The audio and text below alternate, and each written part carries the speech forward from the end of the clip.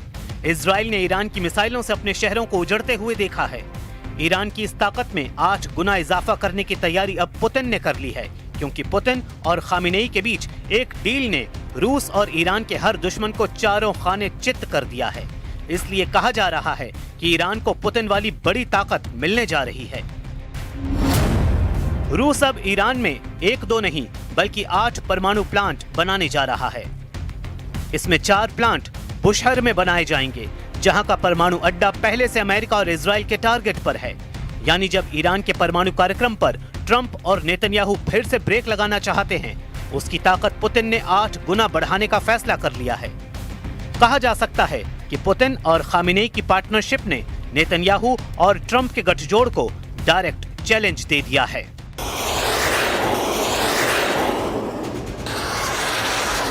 ये खबर इसलिए भी बहुत बड़ी है क्योंकि जिस वक्त ईरान की मिसाइलों का खौफ पूरे इजराइल में फैला हुआ है, जब ईरान के परमाणु कार्यक्रम की टेंशन में पूरा व्हाइट हाउस घिरा हुआ है, तब पुतिन और खामेनेई की परमाणु डील ने ट्रंप और नेतन्याहू को बुरी तरह डरा दिया है। इस सबसे बड़ी डील के 3 मायने निकाले जा रहे हैं, यानी डील एक है लेकिन खबर 3-3 निकल रही हैं। पहली खबर, इस डील ने नेतन्याहू के पैरों तले जमीन खिसका दी है। दूसरी खबर, इस डील ने ट्रंप को बता दिया है कि उनका ईरान को कुचलने वाला प्लान पूरी तरह ध्वस्त हो चुका है। तीसरी खबर, इस डील ने साबित कर दिया है कि ईरान और इजराइल का युद्ध फिर हुआ तो उसमें ईरान को हराना फिर नामुमकिन साबित होगा। इसकी पक्की गारंटी पुतिन दे रहे हैं।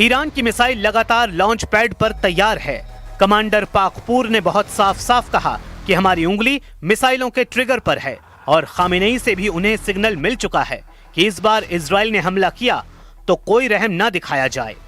इजराइल की नई टेंशन ये है कि ईरान का दावा है कि उसने अभी तक अपनी सबसे खतरनाक मिसाइलों को इस्तेमाल नहीं किया है, लेकिन ईरान से युद्ध को लेकर अमेरिका और इजराइल से लगातार नए नए सिग्नल मिलने लगे हैं। इजराइल पर हुए हमलों में जिन मिसाइलों ने तबाही मचाई है उनकी लिस्ट देख लीजिए, क्योंकि यही अब तक नेतन्याहू के लिए सबसे बड़ी परेशानी बनी है। इनमें सबसे खतरनाक फत्ताह-1 और खैबर शिकर मिसाइल शामिल हैं। इनमें कद्र और इमाद मिसाइल भी शामिल हैं। फत्ताह हाइपरसोनिक मिसाइल की रेंज 1400 किलोमीटर है। खैबर शिकन मिसाइल की रेंज 1450 किलोमीटर है। कद्र मिसाइल की रेंज 2000 किलोमीटर तक है और इमाद मिसाइल की रेंज 1700 किलोमीटर है। मिसाइलों को लेकर ईरान की तरफ से ऐसी वार्निंग इसलिए दी जा रही है क्योंकि नेतन्याहू और ट्रंप का रुख ईरान को लेकर काफी सख्त देखा जा रहा है। If you look at the Middle East, I would say prior to us hitting Iran so hard, we could have never made that deal because you would have had a dark cloud over the Middle East when we took out their nuclear capability, which was one of the great military maneuvers of all time. It was flawless. You saw that. Trump और Netanyahu दोनों जानते हैं कि Israel पर Iran की जितनी missile गिरी, ऐसे हर धमाके ने इजराइल के मिसाइल डिफेंस सिस्टम का पुर्जा ढीला कर दिया। तेल अवीव से लेकर हाइफा और अशदोद से लेकर बेन गुरियन हवाई अड्डे तक हर मिसाइल हमले ने नेतन्याहू को ईरान पर नया प्लान बनाने पर मजबूर कर दिया है। यही वजह है कि नेतन्याहू ने ईरान को घेरने के लिए अब नई तिकड़म लगाई है। नेतन्याहू कह चुके हैं कि ईरान के मिसाइल कार्यक्रम पर रोक लगनी चाहिए और उसे 480 किलोमीटर से ज्यादा रेंज की मिसाइल नहीं बनाने दिया जाए। मतलब साफ है कि नेतन्याहू ईरान की उन मिसाइलों से घबरा गए हैं जो 1500 किलोमीटर या उससे ज्यादा रेंज रखती हैं, क्योंकि ईरान और इजराइल की दूरी भी 1500 से 1800 किलोमीटर की रेंज में है। यही वजह है कि नेतन्याहू चाहते हैं कि ईरान के पास 480 किलोमीटर की रेंज वाली मिसाइल हो ताकि वो इजराइल तक न पहुंच पाएं। 13 जून को ईरान पर हमला हुआ था और उसके बाद 12 दिन तक दोनों तरफ से एक दूसरे पर हमले हुए थे। हमले दिन रात हो रहे थे। एक तरफ से फाइटर जेट तो दूसरी तरफ से बैलिस्टिक मिसाइल दागी गईं।